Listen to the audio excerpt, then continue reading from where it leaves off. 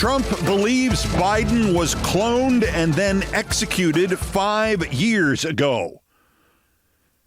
Get out the guys with the butterfly nets. The president's brain has finally jumped the shark. Quote, there is no Joe Biden. Executed in 2020, Biden clones, doubles, and robotic engineered soulless, mindless entities are what you see. If you hear or read that this was Trump reposting something that some other lunatic wrote on Trump's social media site, or that this was Trump trolling, or this was Trump owning the libs, this is incorrect. And more importantly, it minimizes the severity of Trump's accelerating complete mental breakdown. He believes this, or at least he believed it when he posted it shortly after 10 p.m. Eastern Saturday night. Because if you parse this post of his on his social media site, a dangerous exercise in the best of circumstances, it is clear he did not simply repost something put out earlier in the day by another lunatic with the handle LLIJH. Most accounts, and even Fox News and the New York Post had no choice but to write up this disqualifying bout of madness. Most accounts suggest Trump himself added no comment to the original. This is incorrect. Unlike the original, Trump's version of this includes a photo he has added.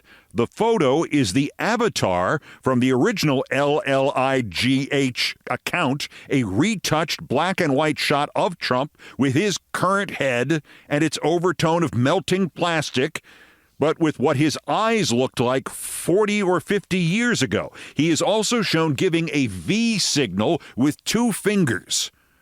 The photo in the original post, it's the same photo, but it's in a tiny circular thumbnail, maybe half an inch in diameter. The photo on Trump's version is square and full-sized. Trump added to the original post, added a photo. If you repost something on Trump's site, the avatar does not automatically blow up to full size like this. This was deliberate. This was done at Trump's end of the equation. Trump did this. It's not just somebody calling themselves LLIJH, so lost in the quicksand that is the lunatic right, that they added to their fever dream of clones and doubles and robots 70 hashtags and 45 different account handles, including the hashtags sports and MSNBC. This is not somebody else's work. This is Trump seeing somebody else's work and adding his own photo to it with his fingers raised in what could be a victory signal. Trump's inability to separate fantasy and wish fulfillment and lies and all the rest from reality comes in all possible forms and flavors and runs on parallel tracks 24 hours a day. There are things about which he is always crazy, and things about which he is only periodically crazy, and things he can be crazy about 1 minute and then forget about the next, and things he's crazy enough to not actually believe himself, but wants others to believe. This tends to diminish the fact that all of it is, like Trump himself, crazy. No matter what your explanation for this is, or mine, or Fox's, or his enablers, this country cannot have a president who promulgates theories that his predecessor or anybody else was a clone, or a body double, or a robot. The dynamic tension keeping someone this damaged and disturbed from deciding, hey, now's the right moment to nuke the world because don't worry, the people I like won't be affected. That dynamic tension is the same as the dynamic tension keeping a badly built bridge upright. It can hold in place for years or decades, and then 1 minute it just collapses and kills everybody. And do not assume Trump couldn't possibly actually firmly believe these QAnon theories that he so happily peddles and profits off. Hell, this creature Trump reportedly actually believed Elon Musk when Musk promised to slash $1 trillion from government spending. The Wall Street Journal now quotes unnamed administration officials who, as they all finally succeeded in chasing the unstable Musk out of the White House, who heard Trump ask about Musk's promises, quote, "Was it all bullshit?" Of course it was all bullshit. Musk is bullshit. For a moment, put aside the Biden clone body double robot post. If a president is lost enough to have actually believed Elon Musk's promises weren't bullshit, he is not fit for office, nor for being out in public except if he is on a leash or in a cage. There is another telling excerpt from this subtle verification by the Wall Street Journal that even it knows Trump is nuts. I will quote the paragraph. Trump disliked how critical Musk was toward cabinet secretaries and his public attacks on trade advisor Peter Navarro, whom Musk called a moron and said was dumber than a sack of bricks. White House officials said Trump was surprised at how nasty Musk was in one cabinet meeting toward other members of his administration. Again, if you don't recognize Musk's default state, bullshit. If you are surprised he's nasty, you are crazier than he is. The issue then becomes whether you are also more incontinent than he is. Musk was reportedly peeing his pants nonstop during the election campaign. I don't mean metaphorically. I mean peeing his pants. The story has leaked out. Let me quote the New York Times from Friday about a text Musk reportedly sent a close friend a year ago last month, May 2024. Quote, around that time, Mr. Musk told people that his ketamine use was causing bladder issues, according to people familiar with the conversations. Where's the goddamn Jake Tapper book about this? Between this and Trump's revelation that Biden wasn't cognitively challenged last year, he was dead and cloned and a robot, what does Jake Tapper do now? Bladder issues last May? Maybe not just last May, maybe not just last year, maybe not just on the campaign. The Department of Government Efficiency or the Department of Government P-efficiency, am I right? To again quote the Times, Mr. Musk's drug consumption went well beyond occasional use. He told people he was taking so much ketamine, a powerful anesthetic, that it was affecting his bladder, a known effect of chronic use. Now, what kind of effect could it have on somebody's bladder? I think your bladder's on the fritz, Elon. Please point yourself in the other direction. We know from the Wall Street Journal article from January 2024 that the Tesla board had been worried about, to paraphrase the Times, Musk being high as a kite. The menu the Journal recounted 17 months ago now included not just ketamine, but also mushrooms, cocaine, ecstasy, and LSD. Oh, and peeing. And peeing and peeing and peeing. To again quote the Times, the Food and Drug Administration has formally approved the use of ketamine only as an anesthetic in medical procedures. The drug has psychedelic properties and can cause dissociation from reality. Chronic use can lead to addiction and problems with bladder pain and control. A quick thought experiment for you. Say this is in the New York Times about anybody close to Biden or to Kamala Harris. Anybody. Ron Klain, John Podesta, especially John Podesta, or broaden the scope. Famous people vaguely connected to Biden, far less than Musk is connected to Trump, who are suddenly declared 3 times in one article in the New York Times as being so strung out they wet their diapers.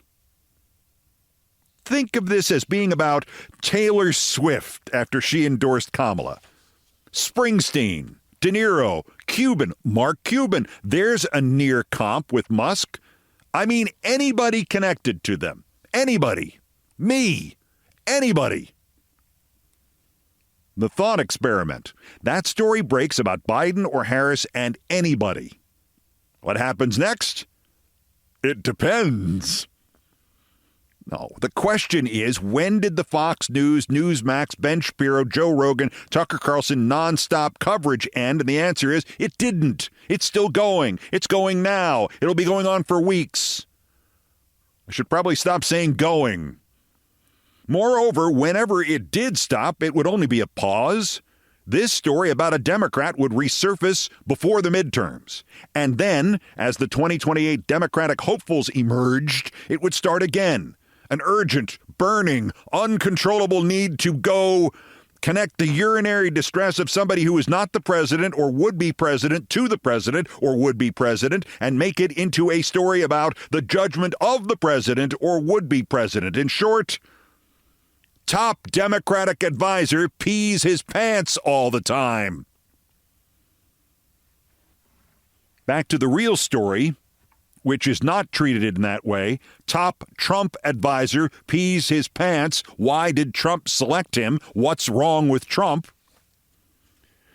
Quote, Musk traveled with a daily medication box that held about 20 pills, including ones with the markings of the stimulant Adderall, according to a photo of the box and people who have seen it. It is unclear whether Mr. Musk, 53, was taking drugs when he became a fixture at the White House this year and was handed the power to slash the federal bureaucracy, but he has exhibited erratic behavior, insulting cabinet members, gesturing like a Nazi, and garbling his answers in a staged interview.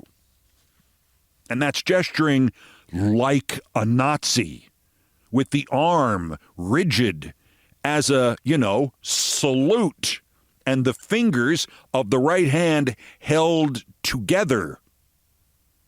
Not like Cory Booker, whom the right is trying to claim did the same thing over the weekend. Booker's fingers were spread apart, and his arm was bent at the elbow. This is what scientists, using technical jargon, call a, quote, wave goodbye, unquote. Moreover, the Democrats correctly forced Joe Biden out of running for re-election in July for far less serious issues, certainly far less self-induced issues than anything in this Elon Musk revelation. And now the Republicans want to stage investigations of the Democrats for not doing it fast enough. And they have seized upon the auto pen as if the auto pen were something alive out of Harry Potter that had a life of its own and just hopped out of the box and started signing Biden's name without his knowledge. And is the auto pen a clone to Trump? None of the top Trump advisor pees his pants story has yet stained the Trump presidency. None of it. Because we have somehow reached a point in this country where if you are crazy all the time and drugged up all the time and losing control of your eliminatory functions all the time, it's not news anymore, is it? Trump is so gone mentally, and God knows about his bladder. The diaper rumors have stunk up the White House for years. The whole thing could, in fact, bring an entirely different meaning to the phrase P-tape. Anyway, Trump is so gone mentally and physically that NBC could report that in part of the, my God, he's really this nuts collision with reality that others like Dan Bongino have encountered, Trump's national I have no discernible intelligence director, Tulsi Gabbard, has realized Trump cannot read, won't read, cannot focus long enough to read. Has taken in, so far, just 14 of the president's daily briefings. You know, the PDBs, the things that would have told Bush about bin Laden months before 9/11, but Bush also didn't read, and he knew everything anyway, and 3,000 Americans died because of that. From NBC, Gabbard has solicited ideas from current and former intelligence officials about steps she could take to tailor the briefing to Trump's policy interests and habits. One idea that's been discussed is possibly creating a video version of the PDB that's made to look and feel like a Fox News broadcast, 4 of the people with direct knowledge of the discussion said. How much is it supposed to look and feel like Fox News? I mean, is it going to be true? Or like Fox News, is it going to be full of shit? Is it going to be presented to him as a Fox News broadcast? Are they going to get Hannity to read it? Maybe David Assman? Will there be a weather segment? Here's today's weather if you're president. Will he sit there going, arr, arr, arr, Fox News, arr, arr, arr, arr, arr, arr. He can't process anything not delivered, not just by TV, but not by Fox News liars. He can't process it. And his top advisors, at least one of them, pee their pants. And Biden is a robot. But I guess robot Biden's acuity is the story for 2028. Gotcha. One more Trump story to quote from Politico magazine by Michael Cruz. Quote, I'm supposed to be dead, Donald Trump said the day after he got shot at his rally last summer in Butler, Pennsylvania. I'm not supposed to be here, he said 4 days after that. But something very special happened. Let's face it, something happened, he said 2 days after that. It's an act of God, he said the month after that. God spared my life for a reason, he said in his victory speech at Mar-a-Lago in November. I was saved by God to make America great again, he said in his inaugural address at the Capitol in January. It changed something in me, he said in his speech at the National Prayer Breakfast at the Washington Hilton in February. I feel even stronger.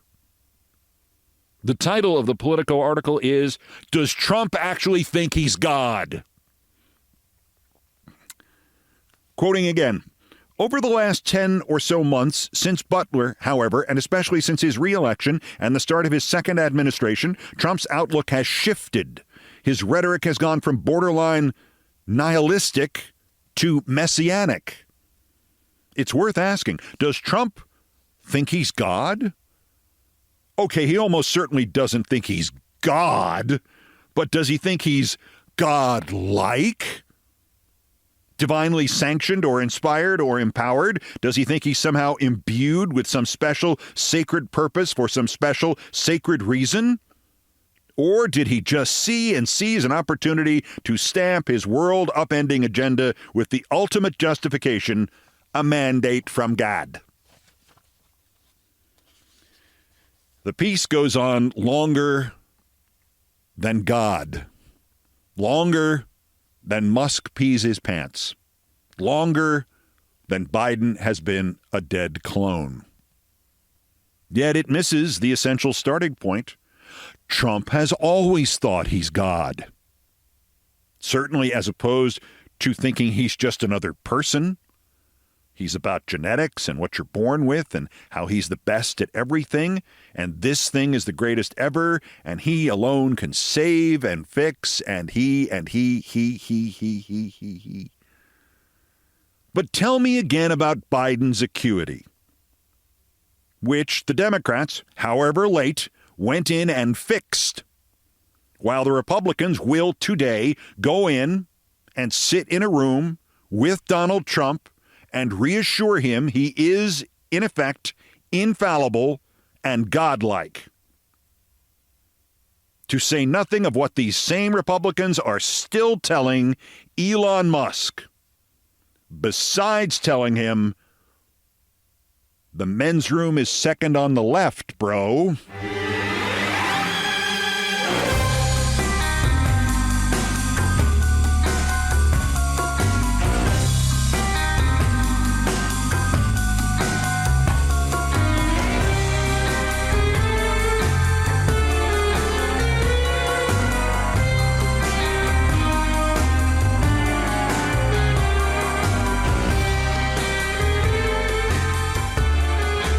Couple more headlines. Quote, I was new to Washington and it was suggested that I use the Federalist Society as a recommending source on judges. I did so openly and freely, but then realized that they were under the thumb of a real sleazebag named Leonard Leo, a bad person who in his own way probably hates America and obviously has his own separate ambitions. I cannot convey to you what good news there is in this, relatively anyway, what good news there is in Trump's surprise attack and an echoing condemnation of Leonard Leo by Stephen Miller on Leonard Leo, the owner and operator of Sam Alito and Clarence Thomas, and especially Gorsuch and Kavanaugh. Surprise attack to us, anyway. I was unaware that one of the lawsuits against Trump's tariffs was by a group funded by Leonard Leo. As an aside, that's Leonard Leo, Cornell 86, Cornell Law 89, and Cornell Student Federalist Society 89, and you thought I suffered because of Ann Coulter 84. Back to the main point. Simply, the Trump versus Leo, not the Pope, the Trump versus Leo thing is good news because, as Elie Mystal points out, Leo and the Federalist Society envision Supreme Court justices like 52-year-old James C. Ho, the Taiwan-born fascist with the completely accurate last name, and 46-year-old Andrew Oldham, whom George Will adores, but left to his own devices, without the influence of Leonard Leo and the Federalist Society, Trump would probably pick Justice Eileen, I used to cover flamenco for the Miami Nuevo Herald Canon, and best of all, Justice Janine, I turned 74 tomorrow, toots. But now that wine comes in boxes, you just never know, do ya?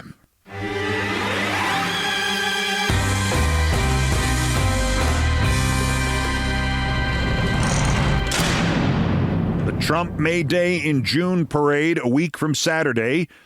He thinks he's being sneaky and nobody realizes he scheduled it for his own birthday.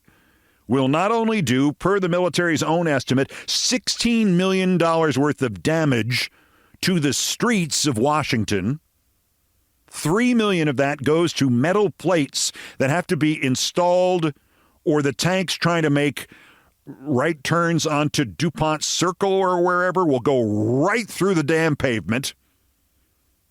Trump's masturbatory parade will not only do that, $16 million worth of structural damage to the streets that have to be repaired, but it will also give him yet another chance to abuse those who actually served in Vietnam. The Vietnam Vets Memorial Fund has held an in-memory ceremony in D.C. since 1993. For more than a decade, it has been held on the day before Father's Day. It has always been held at the Vietnam Veterans Memorial, which has slowly, unexpectedly, but unmistakably become one of the most moving and unforgettable such places in the world. 2025 in-memory ceremony was and remains scheduled for June 14th. It will be held at the George Washington Masonic National Memorial in Alexandria, Virginia. Because the Vietnam Memorial is on June 14th, off limits because of Trump's jerk-off parade.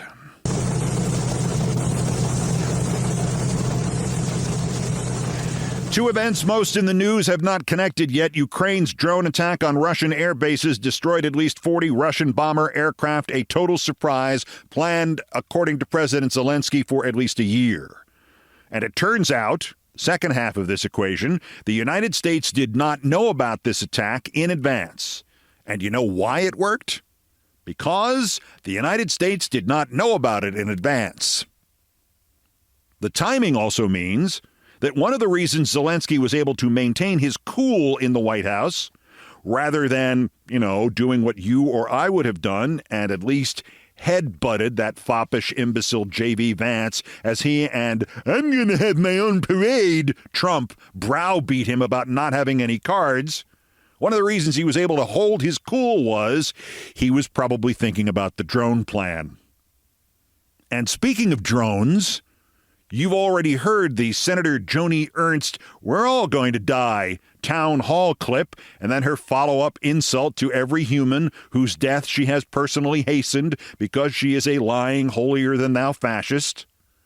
I would like to play only the part at the end of that second clip when she invites people interested in not dying to join her savior. For those that would like to see eternal and everlasting life, I encourage you to embrace my Lord and Savior, Jesus Christ.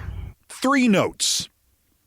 This would ring less hollow if there had been anything in her life that suggested Joni Ernst had actually read the words of Christ. 2, if the words of Christ and those of any religion, more or less, are correct, Ms. Ernst is going to hell.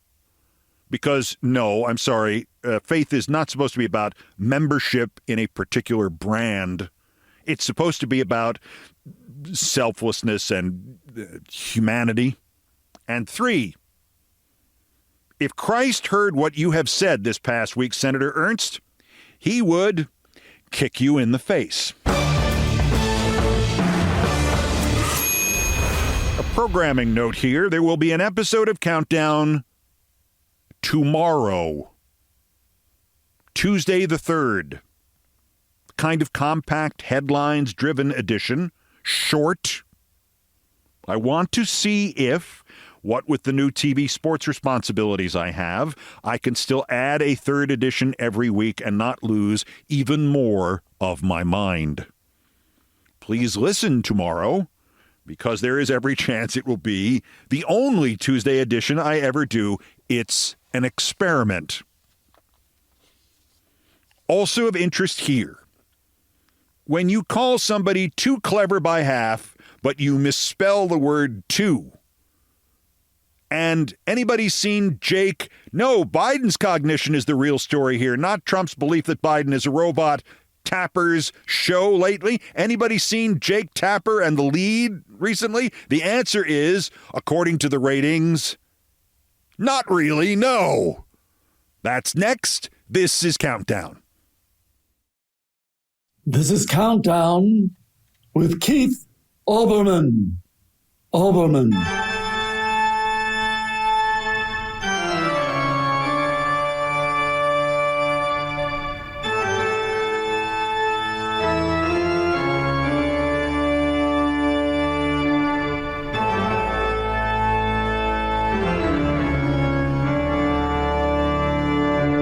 Still ahead on this edition of Countdown. In baseball, this is Lou Gehrig Day, making Larry's impression of the longtime Yankee Stadium public address announcer Bob Shepard entirely appropriate, chronologically. Lou Gehrig Day, the somber remembrance of the baseball immortal of the New York Yankees, cut down with frightening rapidity. 86 years ago today, he was baseball's Iron Man. 84 years ago today, he died. The first time this nation knew about ALS. And buried over the decades since the disturbingly large percentage of sports writers of 1939 and 1940 who just assumed Gehrig had infected his teammates or was faking the illness to gain sympathy he did not deserve. The sadder side of the pride of the Yankees next in Things I Promised Not to Tell. First, believe it or not, there are still more new idiots to talk about. The roundup of the miscreants, morons, and Dunning-Kruger effect specimens who constitute today's other West persons in the world. The bronze, Kurt Schlichter of townhall.com. Kurt isn't bright. This is about tariffs versus taxes. Someone wrote, if tariffs were taxes, why would we have a different word called tariffs? Our educational system not only failed about 50 years ago, it went bankrupt. Dan McLaughlin, who operates as @BaseballCrank and is, I don't know about the baseball part, but he's very much a crank, a very cranky conservative. I think most normal people, as opposed to people in think tank land, grasp that only Congress is supposed to be able to raise taxes and that it is weird for the president to be raising and lowering them on a daily basis. This is an arch conservative. This is a salute and wear shiny boots conservative complaining about what Trump is doing. To which Kurt Schlichter of Town Hall writes, quote, "A tariff is a tax is a too clever by half formulation that ignores the fact that a tariff is not a tax, it's a tariff." Too clever by half, Kurt says, only he spelled it two, T-W-O, like the number. It's two, T-O-O.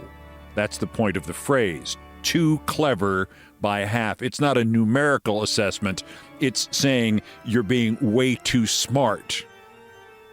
Way too smart, too clever by half, something Mr. Kurt Schlichter has never been accused of. Runner-up, worser, Andrew Cuomo, having had to resign in disgrace, in fact, multiple disgrace, in fact, disgrace of your choice as governor of New York, now running for mayor of New York, to avoid reporters who want to ask him about, I don't know, scandal 1, 2, 3, 4, 5, 6, 7, 8, 9, 10, or 11. To avoid reporters the other day, he held a press event. A press event in Cuomo land is, we want you to show up and give us free publicity, but don't dare ask any questions of the candidate. He wanted to avoid the reporters who wanted to ask him questions, so he ran out as soon as it was over, got into his car, avoided the reporters waiting outside on the street, squealed away in a vehicle to the degree that his vehicle made an illegal right turn on red in New York City. The news site The City NY quotes a Cuomo flack, rich as a party, who wasn't there, telling another local and good news source, Hellgate, New York, they thought reporters the former governor knows and who were also wearing press passes were protesters. Plus, Cuomo staffers Kevin Elkins, New York, and Esther Jensen were there and had just seen us upstairs. In other words, their excuse for avoiding the reporters and making the illegal turn is they didn't know those were reporters. They thought those were protesters and they wanted to get away from them. Because trying to avoid the public when it doesn't want you to be mayor is somehow better than trying to avoid reporters.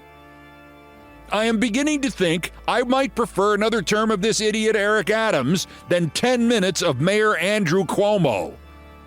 The guy I like, largely because he's different than all the other guys who've run for this job. It's like why I liked the garbage sanitation commissioner last time. What is there to learn about New York that you cannot learn from working in the sanitation department? My grandpa worked in the sanitation department. That's where New York really lives and dies. She would have been a great mayor. She knew where all the crap was and how to get rid of it. The guy this time is an outsider, a councilman named Zoran Mamdani. I have never done an actual endorsement before in nearly 3 years of this podcast. I mean, it's usually obvious, but I am endorsing Zoran Mamdani for mayor. In fact, I am endorsing the idea that the other Democrats in the race should drop out and endorse him themselves because this city will not survive 10 minutes of Mayor Andrew Cuomo. I thought all those guys with TV cameras were protesters. Yeah, it's possible that he's that stupid. The winner, though, speaking of that stupid, worst, Jake Tapper. This is how far this has gotten, and this is how far Jake Tapper has plummeted and continues to plummet. James Comer on Fox News, a man who looks and sounds like he has sustained a serious concussion every day of his life. Joe Biden wasn't mentally fit to make these decisions. More and more evidence coming out from Jake Tapper, the other whistleblowers in the administration. And then Comer went off into a rant about acuity, as if he'd ever had any acuity or knew what it actually meant. The current president thinks the phrase political asylum means you were in a nut house in another country. He thinks he aced a mental test that is given to determine whether or not people should be detained against their will because they were a danger to themselves and others if they were allowed outside the front door of the hospital. But he aced it. He thinks he's a stable genius and it's all genetics, and because he had an uncle who taught at MIT or something, that means he's a genius. That's the current guy and the people around him covering up for the fact that he's a moron. But instead, we're talking about the last guy who primarily is no longer president and whose acuity has never, at its lowest point, dipped down as far as Trump's highest point. But this is what Jake Tapper is fixated on. This is what Jake Tapper is trying to make blood money off of. This results in Jake Tapper being quoted by James effing Comer. Do you see what you've done, Tapper, you fraud? America sees The Lead with Jake Tapper, his show on CNN. I know it's a surprise. CNN is still on. The Lead with Jake Tapper averaged 525,000 total viewers from April 28th through May 25th. That is 1 quarter down from the CNN audience in that time slot last year, admittedly at perhaps the peak of the entire Biden story. But that by itself should be an indicator of how few people give an F about the Biden story today. It is not today's news, and it has no relevance going forward. At the same time, Fox News has somehow managed to maintain an audience at 5 o'clock, I believe that's the hour, of 3.3 million, 68% of the cable news audience. Not a surprise, but certainly the percentage is a surprise. MSNBC, flailing about in its own way, is at a little over 1 million viewers, 21% of the audience, and Tapper is now down to 11%. It is not just his book that has done this to Jake Tapper. CNN has been in a death spiral for 3 years now since its new owners, Warner Bros. Discovery of fascism, threw CNN into reverse and took it from a news organization ready and willing at all times to accurately criticize and analyze the madness of Donald Trump and the Republican Party and its efforts to eliminate democracy in this country, threw it into reverse and made it increasingly into a platform in which people on it hoard themselves out for fascism and Trump. First, they hired Chris Licht, then a bunch of foreigners who had to flee England after they failed in TV news there. Then they platformed the likes of Scott Jennings, mugging to camera, setting up a series of scream fests at night, the kind of yelling shows that went out of vogue in cable news when Jon Stewart clotheslined Tucker Carlson on CNN in the year 2002. And most notably, the descent of CNN accelerated last year when Jake Tapper refused to fact-check Trump as Trump lied his way through the debate with Biden. That was the shark moment. Jake Tapper has been self-destructing for a long time. The book is just the newest thing on the list. Like when he compared the Biden story to Watergate. Like when he apologized to Lara Trump. Like every time he held the book up and sold it like he was Bill O'Reilly trying to read you and sell you the story of how they killed Bill O'Reilly's career, or whatever his latest book is called. Like when Jake went on Megyn Kelly's Nazi cast. Appalling, apparently unauthorized by his employers. This has happened before in this business. People have betrayed their own ethics and standards, and by the time it shows up in the ratings, a 1/4 loss in 1 year, they're professionally dead. Jake, by the way, CNN, if Jake Tapper really went on Megyn Kelly's show without your CNN approval, you know It says in his contract, like it says in everybody else's contract, you can't make media appearances without authorization. If he did it without authorization, you can fire him for cause and not owe him a dime. Tapper. Just saying. Today's other worst person in the world.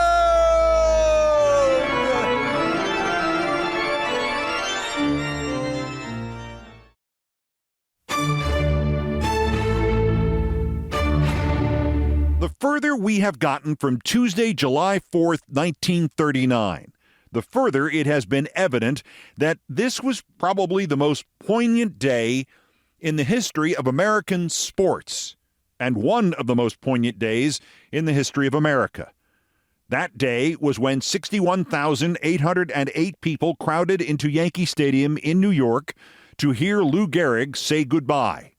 He had been stricken by ALS, and as much as everybody tried to pretend it was not a death sentence, or at least not likely to be a death sentence, it is, in retrospect, clear that nearly all the fans knew. It was, in fact, so clear at the time that the Yankees and even officials of the city of New York were insistent that during the ceremonies between games of that day's doubleheader, that Lou Gehrig should not make a speech. They literally believed that the amount of grief in the ballpark among the fans and the employees and the players would somehow be too much for, at minimum, the mental health of everybody there. They did not know how that much sadness could be handled in public. Of course, Lou Gehrig spoke anyway. And all he did was give one of the bravest and most moving speeches in human history, one that is repeated, word for word, in ballparks and elsewhere every year on its anniversary, July 4th. So we view that July 4th, 1939, as a day of grief and sorrow and love and of that rarest of emotions, of our shared awareness of the implacability of death, and that our victories over death must be temporary and symbolic. We see, through hindsight, Lou Gehrig Day, Yankee Stadium, the Bronx, New York, Tuesday, July 4th, 1939, as a unanimous gathering bathed in sympathy and empathy, representing the sympathy and empathy of a nation. And we do that because the baseball world and the media have spent the intervening decades burying the work of those in its ranks in 1939 who approached Lou Gehrig's illness as either, prepare yourself, as either a fraud or a conspiracy. I am going to read you in full 2 articles about Lou Gehrig that must be tied for the all-time worst pieces written in American media history, and on the list of the worst things ever written for publication in the English language.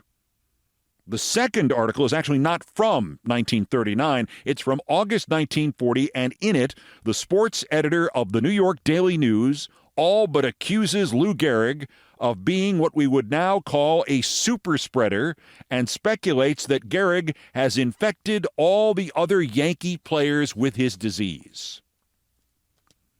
The first article actually ran in hundreds of American newspapers on the night of Monday, July 3rd, 1939, but mostly the morning of July 4th. It was in a column distributed by United Press, the precursors to United Press International, where I made my full-time professional debut 40 years later, almost to the day, in July of 1979. When I worked there, I had never heard about this article. Throughout the bulk of my career, I had never heard about this article. I did not know of this article until the microfilm files of newspapers migrated onto the internet in the late 90s, and to this day, I have never found any indication that the writer ever apologized or ever admitted his stupidity and coarseness and insensitivity and awfully timed glibness. The writer's name was Jack Cuddy. Jack Cuddy, C-U-D-D-Y. He began as a news reporter for the Milwaukee Journal after World War I. He worked for newspapers in Chicago, Miami, New Orleans, and then joined United Press in 1926. He was a news reporter. He helped cover Lindbergh's solo flight over the Atlantic in 1927. And then in 1932, they made him their primary boxing reporter, and they also assigned him to write columns about all sports that would sent out on the UP wire to all of the newspapers that subscribed. We don't know how many of them ran this. Their sports editors probably found out just how many of their readers actually read it.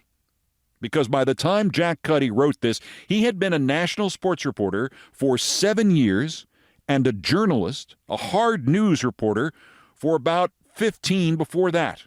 This still is what untold readers of papers that carried the work of United Press read just hours before Lou Gehrig gave his luckiest man on the face of the earth speech. In this corner, Jack Cuddy writes on The Retirement of Lou Gehrig by Jack Cuddy, New York. There's only one thing I see wrong about the celebration of the 4th of July, and that's the national shedding of tears about a husky named Lou Gehrig, which will be climaxed with a Lou Gehrig Appreciation Day during the doubleheader between the Yanks and Washington at Yankee Stadium. The playwrights for this Gehrig business at the stadium are making the affair so touching. I understand that even the little boys and gals of our vast land will be unable to set off firecrackers and things because of the tears that trickle down upon their matches and punks. The whole business seems goofy and uncalled for to me. I see no reason for pulling a pall over a holiday when everyone should be having lots of fun. And peanuts, popcorn, Cracker Jacks, and hot dogs. Particularly, I see no reason for pulling this Yankee publicity stunt about Gehrig, who is the last man in the world who would go for it unless the Yankee brass hats and New York baseball writers snaffled him and forced him into it. Gehrig knows, and so should everyone else connected with baseball, that the 36-year-old first baseman of the Yanks was through with top-flight play just as soon as he showed up at the Yanks training camp at St. Pete. But because Lou was the Iron Horse, the man who had written into the records that all-time mark of 2,130 consecutive championship games, his fade-out had to be different from that of the ordinary player. Accordingly, Gehrig was sent to a nationally known center of health investigation to see what was wrong with him. I'll guarantee that if 90% of the men, women, and children in America were sent to that particular spot, we would learn that each and all had something wrong with them, even if it were only halitosis, athlete's foot, warts, or BO. I've forgotten exactly what they said was wrong with Gehrig. Oh, yes, I do recall that the first hospital report indicated infantile paralysis, a very vague breed. But later the experts explained it wasn't infantile paralysis at all. It was something else. The ailment had one of those highfalutin names that only people with plenty of dough or prestige can have. Personally, I don't care what Gehrig has got, but I'd like to exchange my body for his during the next 40 or 50 years, let us say. And I'm pretty sure I'd do all right, regardless of the experts' argument over the Latin or Greek declensions of what larraping Lou may or may not have. It seems to me that Gehrig was merely getting too old to play hell-for-leather baseball, and that the scientists of ailments or advertising gave him a graceful exit. But what really brings water to my eyes on this particular 4th of July is the plight of Monty Stratton, a lad who was right in his prime, only 25 years old, a lad who never had the chance to amass the fortune that must be Gehrig's. Gehrig, too old for championship baseball, will be out there tomorrow with his mysterious ailment, able to get about as actively as anyone of his piano-legged build should at 36. But poor Monty Stratton is hobbling about the coach's box of the Chicago White Sox with an artificial leg, clinking about where his own right leg should be. There is no question about what happened to Stratton. He shot himself in the leg accidentally while hunting down Texas way last November, and the right leg had to be amputated at the knee. At the time this accident happened, Stratton stood out as one of the best right-handed flingers in the American League. They gave him a Stratton Day in Chicago this season, and he got about $20,000 out of it, about the same as his salary for a year. Gehrig has been named non-playing captain for the All-Star Interleague game at Yankee Stadium a week from Tuesday, along with tomorrow's Gehrig Day. But it seems to me that poor Monty Stratton could have been appointed batting practice pitcher, at least for the All-Star game. And if we've got to shed tears tomorrow for some afflicted ball player, let's give them off for poor Monty instead of for Lucky Lou. Jack Cuddy, everybody. 23 months later, Lou Gehrig was dead. Monty Stratton, the innocent bystander in this Hindenburg of a sports column, who had been on a possible Hall of Fame trajectory, actually made a comeback on one leg, and 7 years later in the low minor leagues, he won 18 games pitching for the Sherman Twins of the East Texas League. He pitched sporadically thereafter until the age of 41. By then, a film version based on his life had been made. It starred Jimmy Stewart. Monty Stratton died in 1982, 7 years and 1 week after the writer Jack Cuddy died. Jack Cuddy had himself died 34 years after Lou Gehrig died, and 36 years after he had offered to trade bodies with Lou Gehrig. Not only did Mr. Cuddy never apparently correct the Gehrig article, but United Press apparently did not punish him in any way for having written it. He continued to cover boxing for UP and UPI for another 25 years, and his obituary appeared in the New York Times. It did not mention his column about Lou Gehrig. When a man named Jimmy Powers died in February of 1995, he too got an obit in the Times, and it too did not mention his Lou Gehrig article, which is, believe it or not, probably much worse than Jack Cuddy's. Jimmy Powers' article appeared on Sunday, August 18, 1940. It covered much of 2 pages in the New York Daily News. Powers was sports editor there from 1936 until his retirement in 1959. He would eventually, grudgingly, sparingly apologize for this uneducated dreck that he wrote, but I worked with people at the start of my career who had worked with him. It was only about 20 years between us.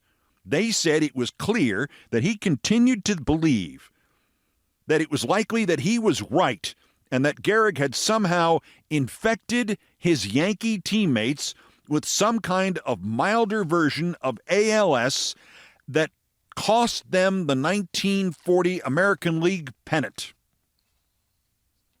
No, I am not kidding. The New York Daily News, August 18, 1940, the headline read, "Has polio hit the Yankees?"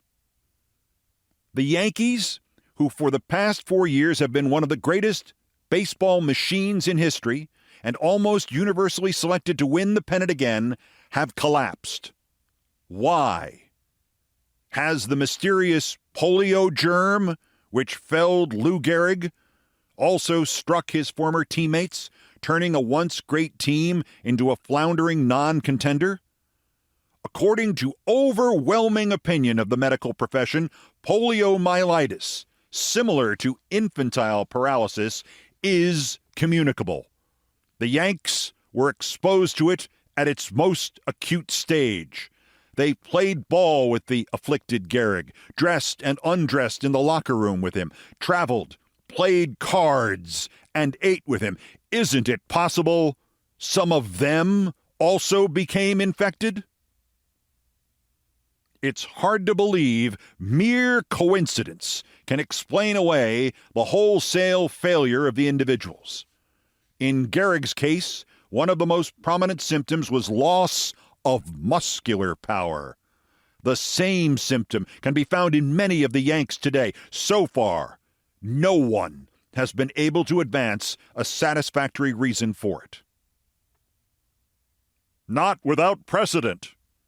The possibility of wholesale team infection is not entirely without precedent. Last fall, the Loyola University football team was faced with the same menace from infantile paralysis, a greatly similar disease, communicated in the same manner. A player collapsed in the dressing room, was rushed to a hospital where it was determined he had developed paralysis. The entire squad was quarantined and examined. 2 other players were discovered bearing the germ caught from their unfortunate teammate. Luckily, the infection was detected at the earliest stage. Injections killed the germ and brought complete recovery. In the Textbook of Nervous Disorders by Robert Bing, professor of neurology at the University of Basel in Switzerland, are found the following pertinent facts. 1. The disease appears in a majority of cases between the ages of 30 and 55. Most of the players with the Yanks are in their 30s. With the exception of Gordon, the others are close to them. 2. Among causes found for the disease are overexposure to cold, an exhausting disease, or, capital letters, overexertion. Ball players certainly are called upon for more than normal exertion, as were the Yanks at a time when they were exposed to the germ. 3. Regarding the effect on the legs, where it probably would be most noticeable in ball players.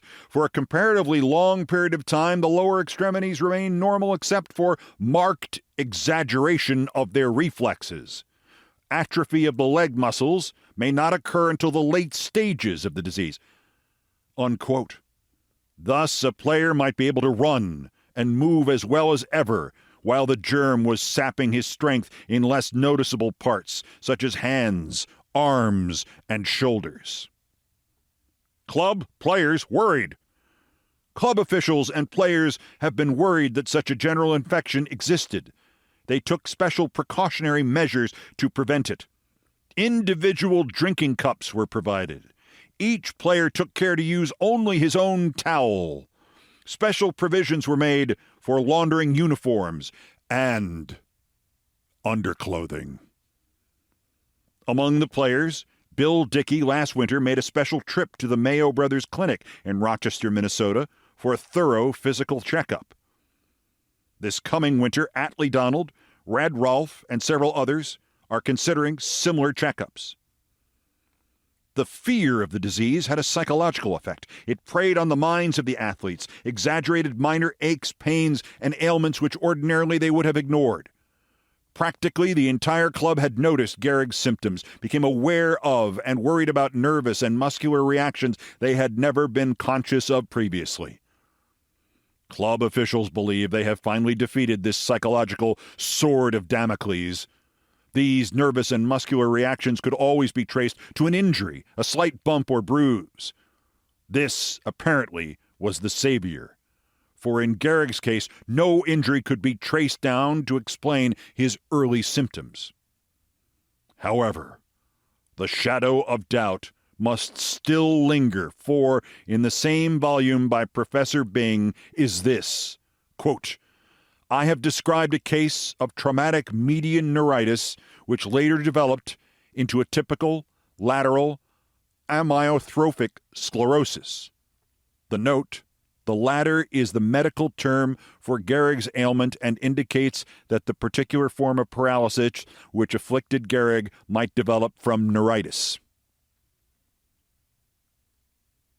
Olbermann note, no, not quite. Dr. Robert F. Walsh, Yank physician and surgeon, and Earl V. Painter, Yank trainer, each nationally famous in his profession, are the men closest to the physical well-being of the players.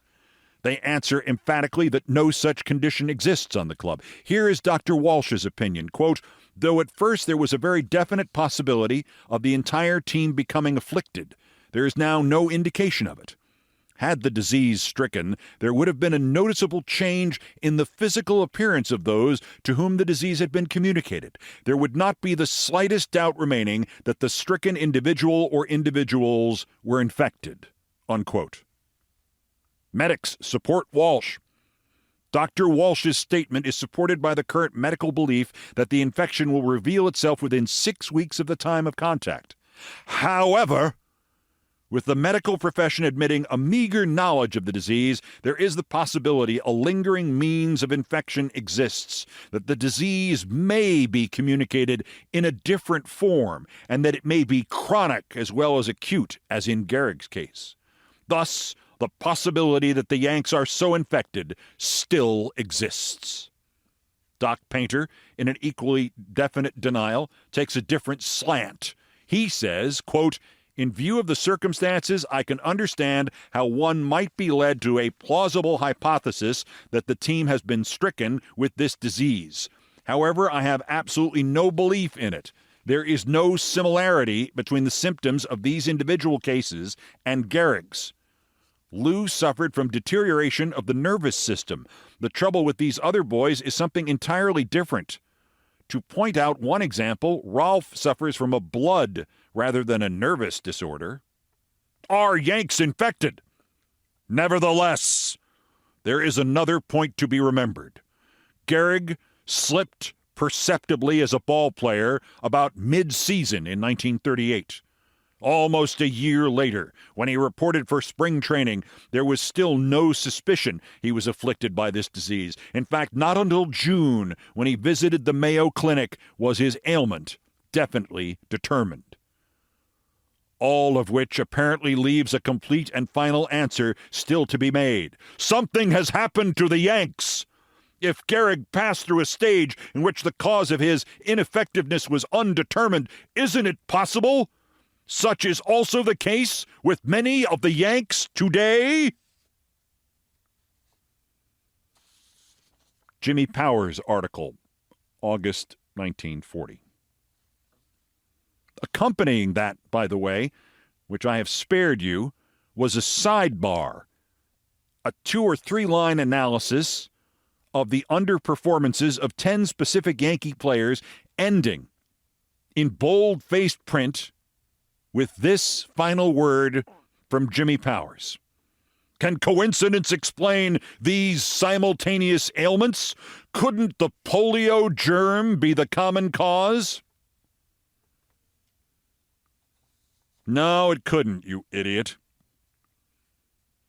That morning that was published, Lou Gehrig, who did not have polio, who did not have the other disease described by Dr. Bing, Lou Gehrig had amyotrophic lateral sclerosis, and he had 289 more days to live.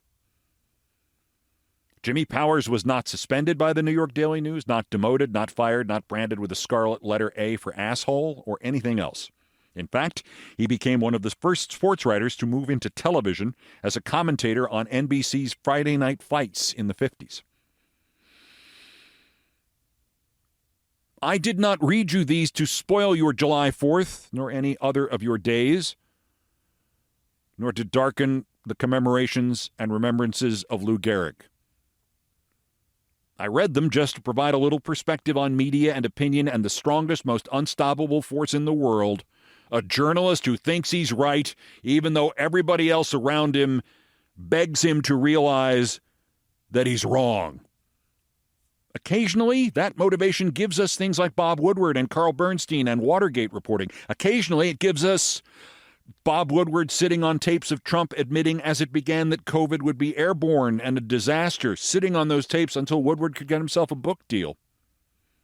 And occasionally, it gives us Jack Cuddy implying Lou Gehrig has a cold, and Jimmy Powers insisting Lou Gehrig had irresponsibly infected his teammates with a disease he didn't have, but Powers thought he did because part of the original diagnosis included a reference to another disease with the word polio in it.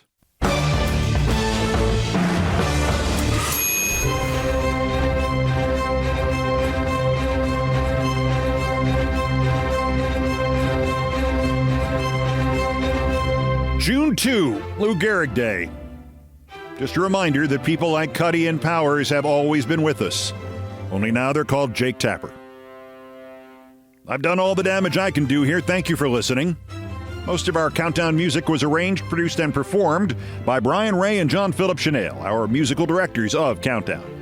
It was produced by TKO Brothers, Mr. Ray on the guitars, bass, and drums, Mr. Chanel handling orchestration and keyboards. Our satirical and pithy musical comments are by the best baseball stadium organist ever, now back and in business, Nancy Faust, of your Chicago Vatican City White Sox. The Olbermann theme from ESPN2, written by Mitch Warren Davis, courtesy of ESPN Inc., is our sports music. Other music arranged and performed by the group No Horns Allowed. My announcer today was my friend Larry David. Everything else was, as ever, my fault. That's Countdown for today, day 134 of America Held Hostage. Just 1,329 days until the scheduled end of Trump's lame duck and lame-brained term, unless Putin removes him sooner, or the actuarial tables do, or we do. The next scheduled countdown is tomorrow. That's right, tomorrow, Tuesday. That's right, an experimental headlines edition. Could be the only one ever. Could have an opening segment of 7 minutes. We'll see. Could be mostly features. You wanted more? I'm going to give it a shot.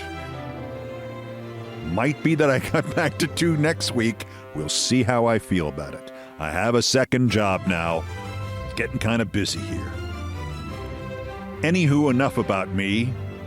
As always, bulletins as the news warrants. Remember, Trump is laying the groundwork now to not leave office later. He must be stopped. He must leave office sooner. Till tomorrow, I'm Keith Olbermann. Good morning, good afternoon, good night, and good luck.